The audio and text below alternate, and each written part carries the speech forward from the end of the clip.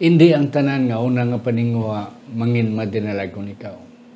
Ang Dios nagatigana nga sa sunod nga kahigyonan ara ang kadalagan.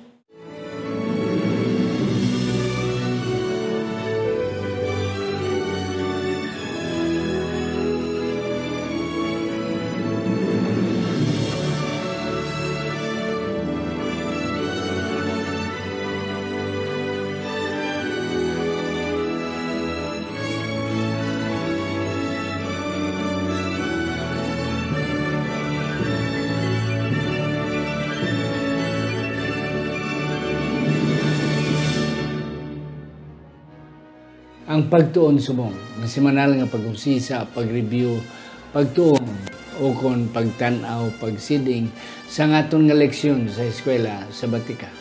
Ini ginadala sa inyo sa Media Ministry Department sa aton iglesia diri sa Central Philippine Adventist College sa Alegria Murcia, Negros Occidental, Philippines. Isa ini kailonggong translation o kung hiligay nun nga version sa aton weekly Sabbath School lesson. Ako si Pastor Luisito Tomado, ang inyong masonson nga host sa sining aton programang Pagtuon Subong. Ari ang aton duwa ka mga resource persons, inyo ni permis lang nakita. Ang unang akong pakilala sa inyo, wala sang iban si Engineer Frederick Linatan. Isa siya sa aton mga elders diri sa aton simbahan sa CPAC. Kag isa siya sa mga professors sa School of Engineering and Technology. Yes, Sir Fred, mayong adlaw sa imo. Mayong adlaw, Pastor. Kag sa aton na mga tumalanaw, sumulunod sini na pagtuon, kami liwat nagapasalamat sa inyo sa ini naman na bag-ong quarter nato na pagtuon. Kabay kamog gyapon subaybay kag tanan kita magpakamayo sa sining pagtuon. Yes, thank you, Gid Engineer. Ang sunod na akong pakilala sa inyo, pero may naginisa natin makita diri. Wala sang iban si Pastor Dr. Victor Montaño. Siya ang aton nga Dean sa School of Theology diri sa Central Philippine Adventist College. Doc, mayang adlaw sa imo. Mayang adlaw man, Doc. Madamong salamat sa pag-imbita liwat sa sining programa. Kag akong ginatamiyaw ang aton mga viewers. Madamong salamat man sa inyong pagpamati kag sa inyong madasigon kag mapinadayonon nga pangamuyo sa aton nga programa. Kabay pa ang Dios pakamayoon kita sa pagtuon naton sa iyang pulong subong. Yes, gentlemen, thank you very much for the opportunity of having you this afternoon or today. Ang aton nga tun-an karon bag-o na nga quarter. This is the first lesson of the third quarter of this year 2024. Ang aton nga tun-an hasta sa may September mga kauturan halin subong sa Hulyo kag sa Agosto, September ang libro ni Marcos, the Book of Mark.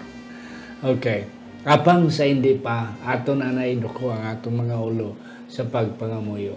Sa siningation ginoyari kami nagapalapit sa imo, nagatugyan sa sining pagtuon kabay pa ngang balaan nga espiritu magaupod sa amon. Hindi lamang kami nga tatlo, kundi upod sa amon mga crew, staff nga sa likod sa kamera, amon man sila ginatugyan. Salamat, Gid. Ngayon mo ginsabat, amon pangamuyo sa ngalan ng Ginoong Hesus, nga amon manunobos. Amen. Amen. Yes. Ang tema sa aton nga trimestre, mga kauturan, the Book of Mark. Ang lesson 1 entitled The Beginning of the Gospel. Para ini sa Hunyo 29, tubtob Hulyo 6. Akon pangabayon si Engineer sa pagbasa sa aton sadsaran nga teksto, mga kauturan sa sininga simana. Ang aton nga sadsaran nga teksto para sa sini na simana sa aton pagtuon, makita ini sa Marcos Kapitulo 1, versikulo 14 kag 15 nga nagasiling, karon sang nabilanggo na si Juan, nag-abot si Jesus sa Galilea nga nagawali sang maayong balita sang Dios. Kag nagasiling ang tion natuman na, kag ang ginaharian sang Dios malapit na, hinulsol kamo kag magtuo sa maayong balita. Yes, thank you, Gid. Amo ni mga kauturan, aton nga tunaan subong sino ang nagsulat sang libro sa Marcos. Kag nga ang ginsulat. Okay. Ang tigulo sa aton nga lesson 1, the beginning of the gospel. Kay kanami sang libro sang 1, immediately dayon gid way na kuskus balongos introduce dayon ang sinugdanan sang mayong balita, the gospel of Christ. Yes, Doc Vic, damo sa mga school of thoughts nga ang author sang libro si Mateo o kon si Pedro bisan pa si John the Baptist. Okay, di na-mentionar sa unang kwan about John the Baptist. Wala nag-introduce ang author sang Marcos sang managsulat. Wala iya ginbaton nga iya. But ano ang mga palatandaan nga the author of the book of Mark is John Mark? Isa ka ebidensya, Doc, ang superscription, although wala na siya sa original, pero ang superscription nagahambal nga ang author niya mo si Marcos.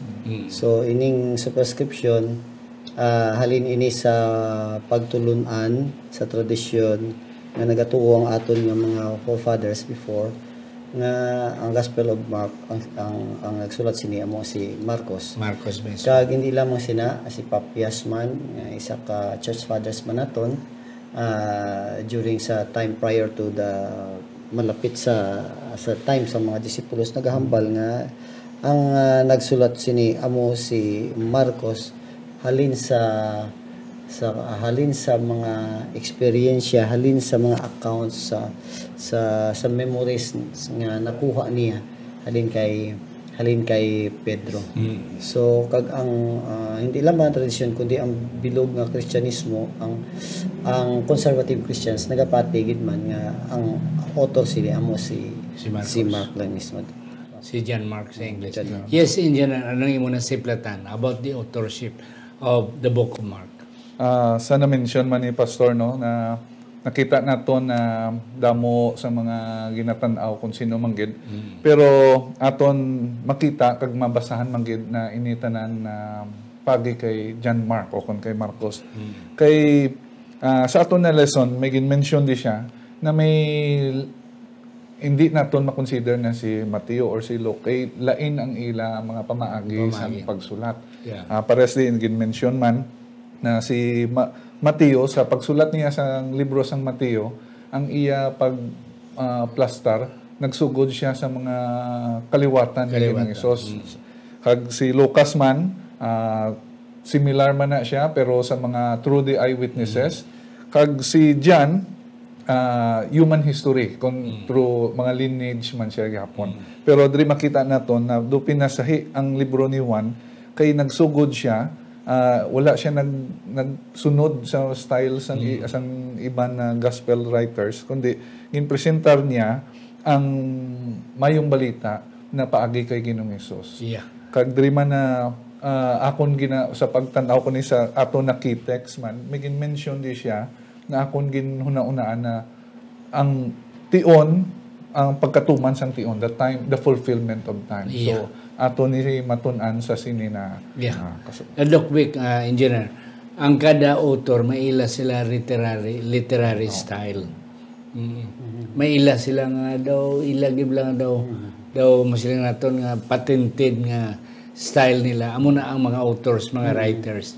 So ini kung imo basahon ng bilog nga libro sang Bagong Tugon, wala ka sang makita sang pareho sang style ni Marcos sa iban nga aton masiling nga ay basig ginsulat ini ni Mateo kay ang gid ang ila literary construction. So amo tong inambal ni engineer nga lain man kay Mateo nga pamagi, lain man ang sa kay Lucas, lain man ang kay Pablo kay sa iban pa nga mga authors, mga writers sang libro. So distinctively and without doubt nga ining author sang libro ni sang Marcos si Marcos mismo, si John Mark, ang batanon nga John Mark.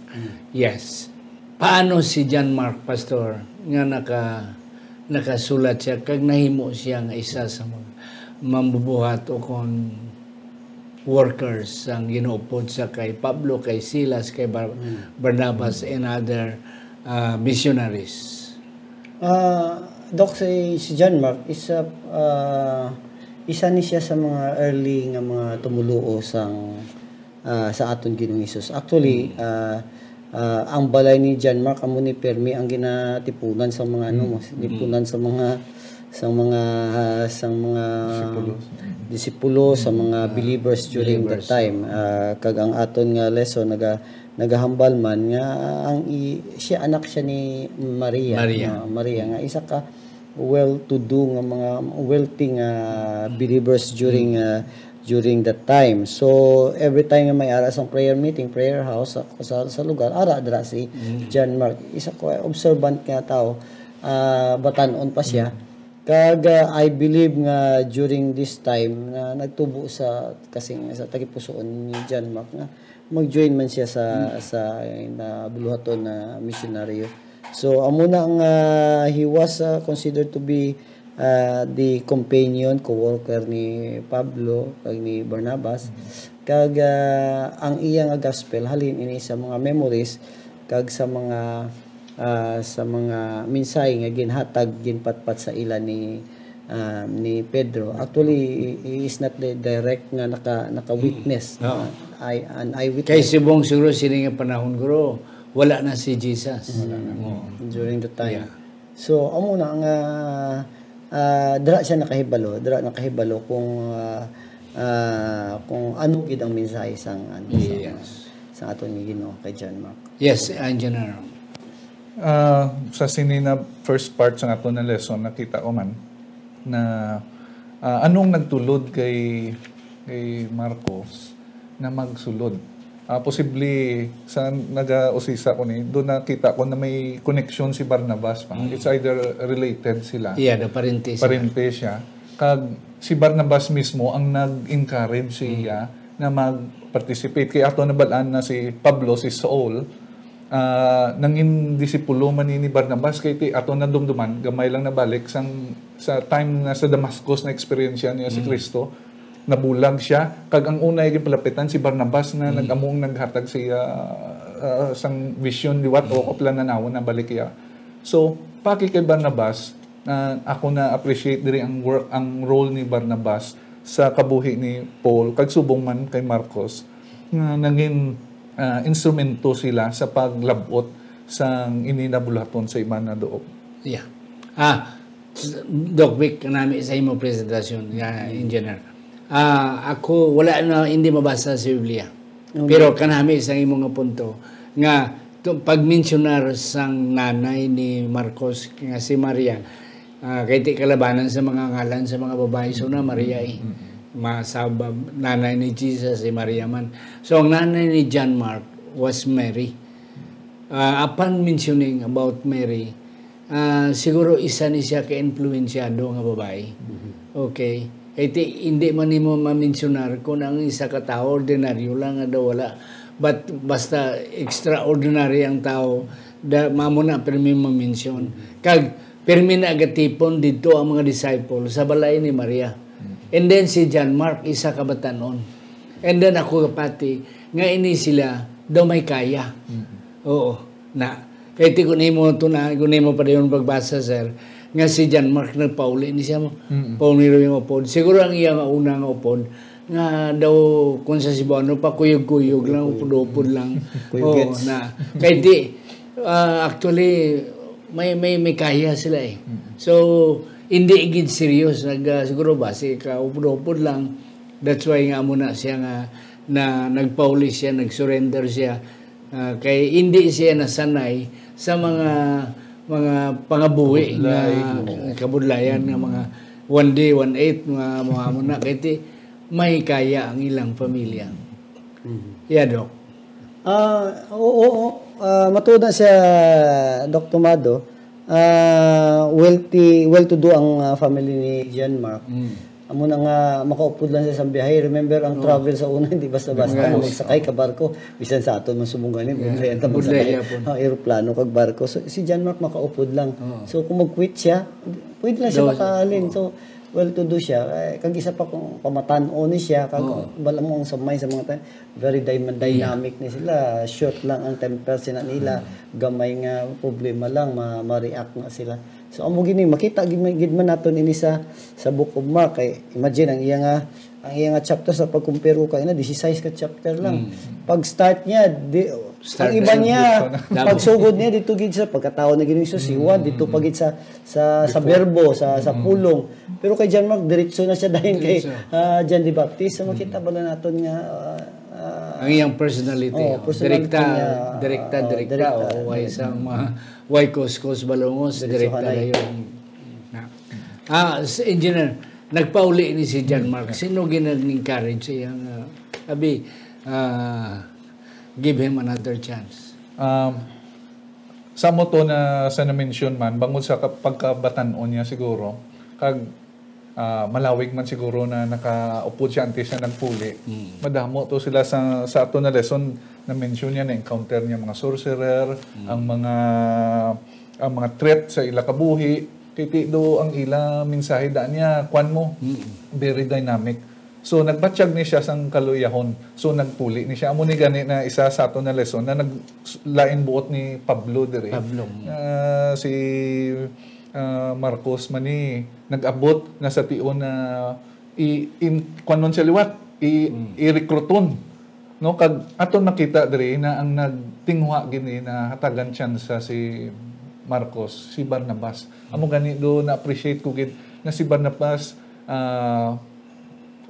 ano ang nakita niya kay Marcos nga amo na to blang experience do hindi man ni siya kay gusto ni Pablo ya ining tusmaw sa kwanya tusmawanay gid sa pagrisgo pero ato nakita ni Dre na si Barnabas naghatag gid sang kaigunan kay Marcos kag amo ni ang naresulta sa ato na leksyon na do nagbangigay na di sila ni Barnabas kag ni Pablo.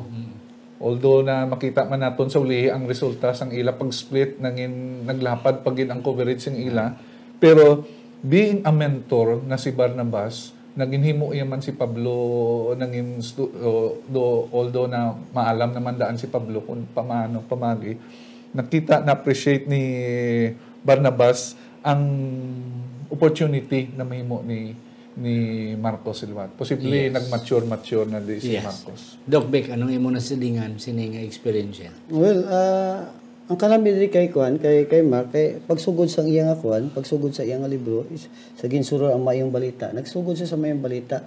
Mayong balita. So good news. Pero makita natin sa iyang experience siya, din ka makakita good news nga nag-quit dayon sa missionary journey. During first missionary journey AD 46, quit siya dayon sa Ellen G. White, tama gid ka klaro nga.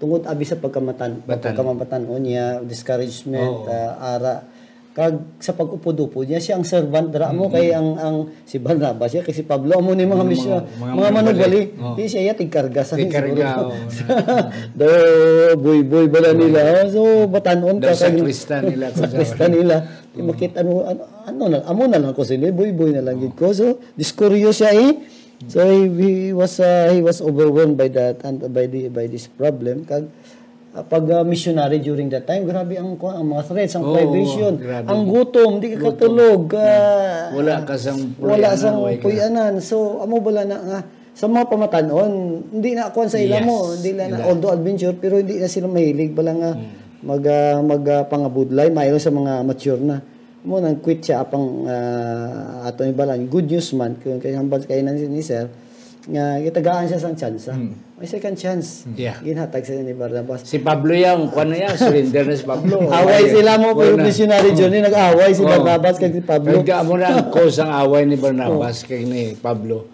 so ang ginkuha ni Pablo si Silas Lupodia and then si Barnabas dire ka sa akon Marcos kay and then that's it so with that chance Mark was able to be successful. Pastor, may dugang man ko no, na mention man na sa ulihin na recognize ni Pablo ang abilidad ni Marcos. na kay na-mention niya di gani sa time ni Timothy, ang bali kuha si Marcos na updon mo. So, meaning ang pagsalig yan ang kumpiyansa niya kay Marcos na maka-perform na kuha niya, na confirm niya na gin-recommend niya kay Timothy.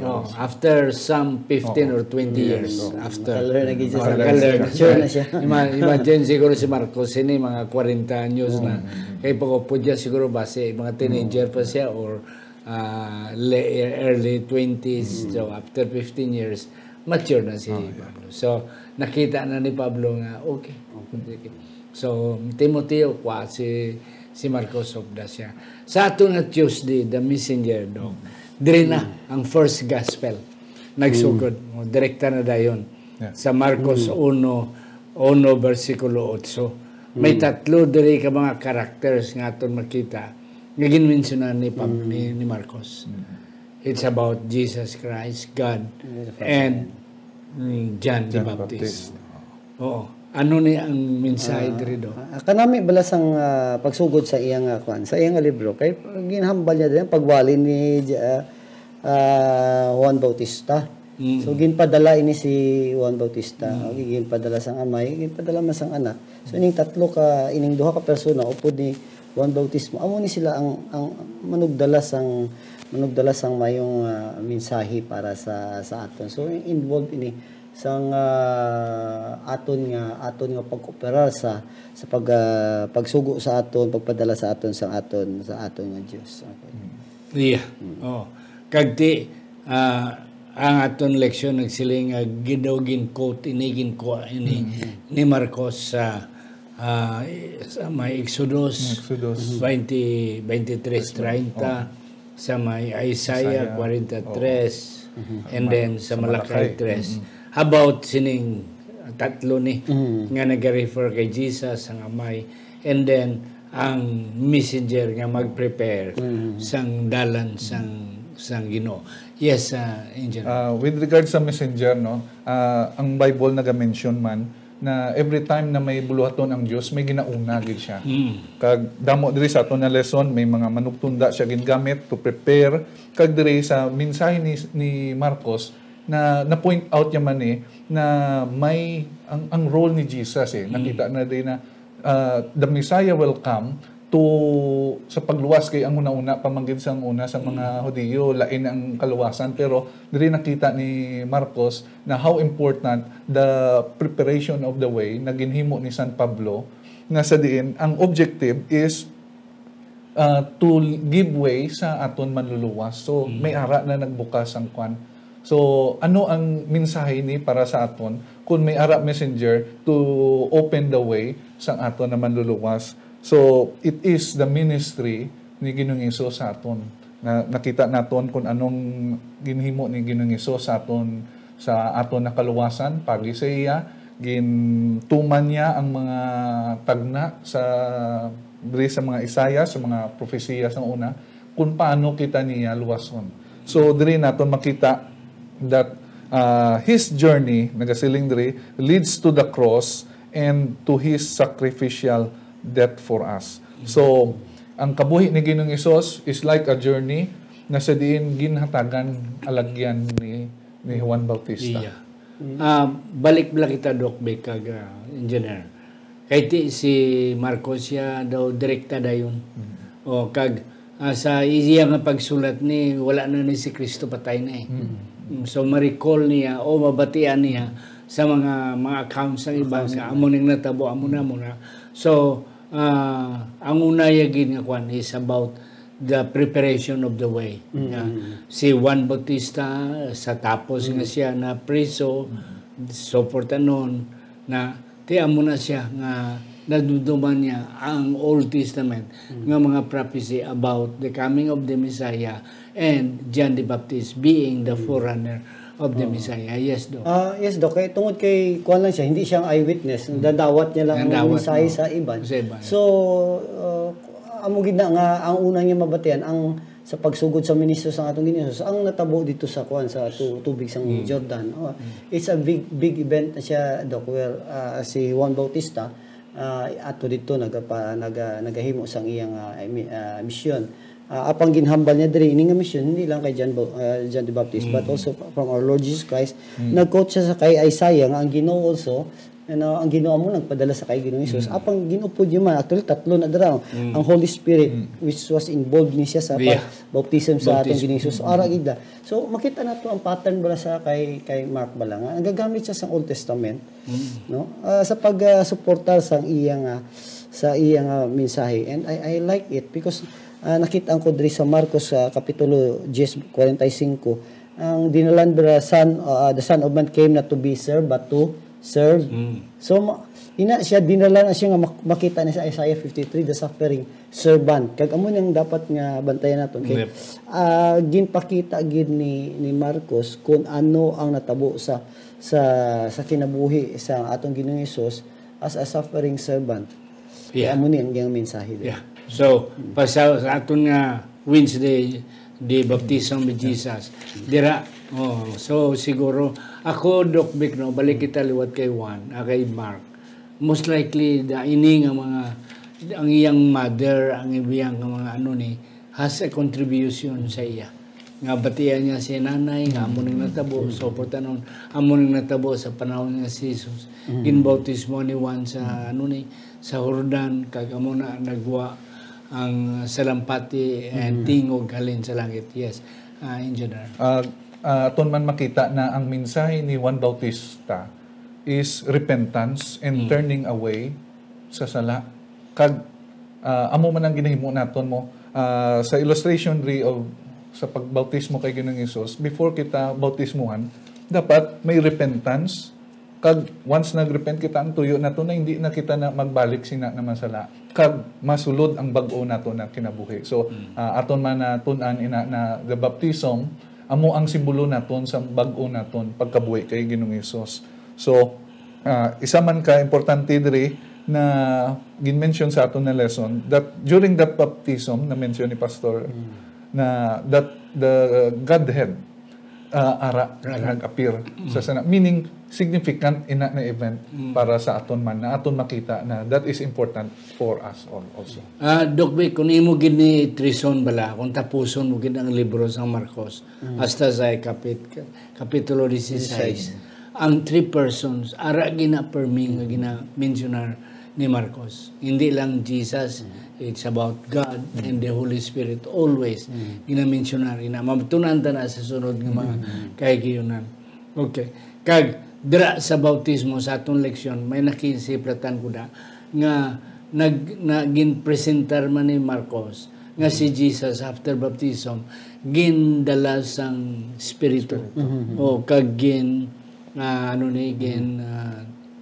temp siya sa kamingawan na ang akong din nakita Doc Vic kag sir nga si Marcos nagpresentar sang duwa ka mga kabuhis ni Jesus. Yes, his divinity and his humanity. Kaya si Marcos nag-mention nga siya si Kristo, Messiah. Kag nag-mention naman siya sa iyang ginkot halin sa kay Juan Bautista nga may ara nga mag-aabot nga mas labaw sang sakon. So that's the reflection of the divinity of Christ. Now, sa iyang humanity, he was baptized. And then he was tempted. Yeah. So kag magnalagon siya. Yes.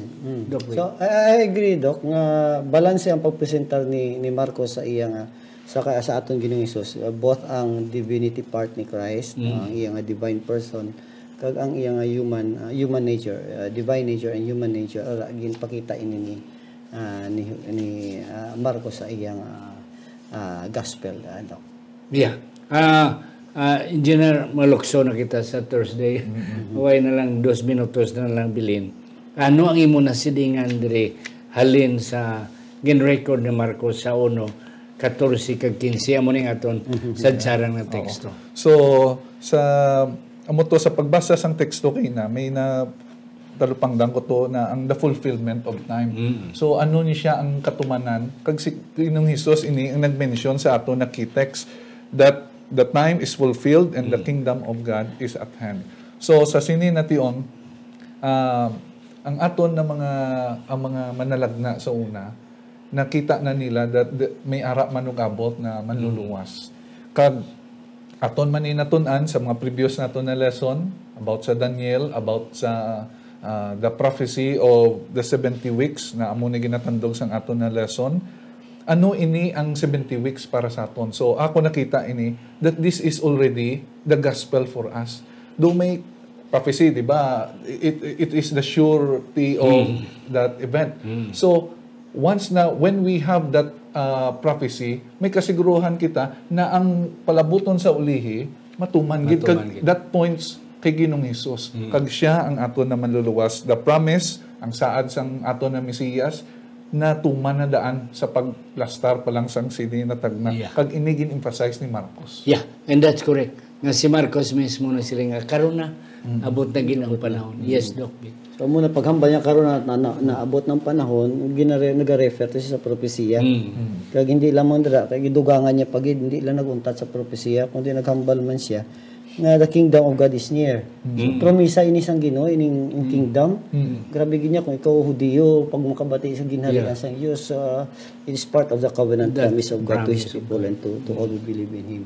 Pero hindi siya naguntat dira, naghambal siya repent and believe because discipleship ni siya Doc amo ni hambal sa aton nga lesson. So kinahanglan hindi lamang mag-andam kita sa aton kaugalingon sa pagcoming kingdom, kundi mahimuon man tang parte sa aton kaugalingon ano kita mapamembro dira kag amo man ang isay sa aton karon. Yeah, and that's correct. So si Marcos mismo kabalugid siya sang mga nagakahitabo. Iti tatlo ang iya ginmisionar mo. Nga ang propesya na tumana by the coming of Christ, and then ang pakigsaad sang Ginoo sa mga katawan sang Ginoo, the covenant promise, okay, na amo na siya, and the kingdom is here already, and then the call for discipleship. Hinulsol kita kag kung mayara ko idugang Doc, sigurado ko nga pagsulat niya sining Book of Mark towards sa later part na sa iyang sa iyang life, mature na ni siya. Kag ining repent and believe the gospel experience siya gina ni Mark mo. Kaya nga man nagpatigid man siya pang nagsipyat siya na ano ning tawag na to, nag-quit siya mo isa quitter. The first time na ano siya. But you need to repent and believe in the gospel because there is that kingdom of God. Fulfill it. Way nagit damo pagitan ni mga kauturan, but we will study some more about the book of Mark, mga kauturan. Ako na lang pangayawan si engineer sang iyang last take o kung may ara pa siya ngay dugang isaw na lang. Yes, engineer.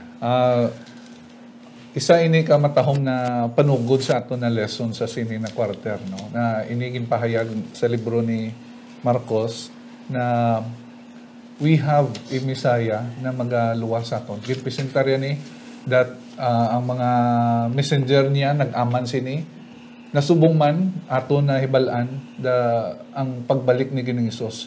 Kaangay man ni na kita dapat mangin maaman man ang atong kaugalingon sa pagbato naton kay Kristo, nagatudlo man sa aton na ilisuon naton ang aton kabuhi. Do kaangay man kay Marcos na realize niya na sa time to na do nag-quit siya, batyagan niya guro na there is better thing to do.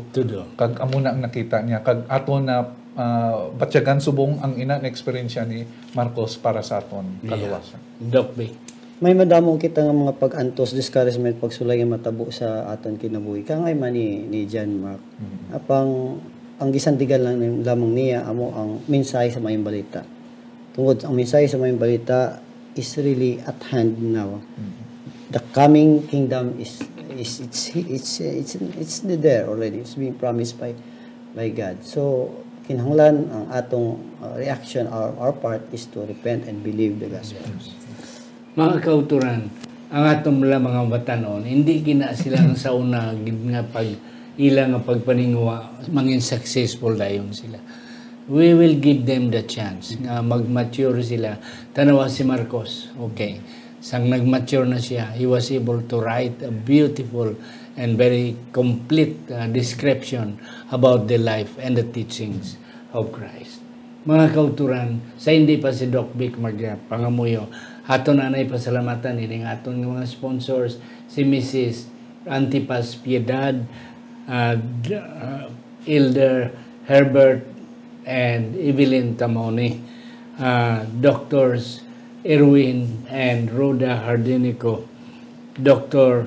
Norvin and Rosalina Hibieso, Fee Midon and Ido Vandes, Jet and Susan Caro, John and Goldie Joliki Jr., Iboy and Jessica Malabanan, Juhan and Myla Susana, Mark and Meryl Mendoza, Alex Federo and Ma'am Gina Federo, Jimmy Trino and Anili Trino Perdido, the pastors, Pastor Phil and Marlene Peregrino, and Marlobel Herota Lorin. Ang Diyos magapakamayo sa inyo pagsuportar sini nga programa. Yes, Doc Bill. Maga ang pangamuyo kita. Kanami sini nga trimestre Ginoo, bangod ikaw naghatag sa amon sang pagtulunan na among pagatunan ang gospel according to Mark. May madamo ka nga mga promesa, nga mga mensahe, kabubuton nga luyag nimo ipahibalo sa amon agod amon ini matuman. Kay gusto namon Ginoo ma-experiensyahan ang mensahe sa maayong balita. Hindi tanan nga mensahe nga makita namon sa Book of Mark. Kami nakahibalo ini makadulong sa amon dira palapit sa imo kag makapa ayo pagid sa amon nga relasyon dira sa imo Ginoo. Kabay pa nga tagaan nimo kami sang kusog, kabakod kag panahon nga amon pagatun-an ini nga mga pulong sa sining semestre. In Jesus' name we pray. Amen. Amen.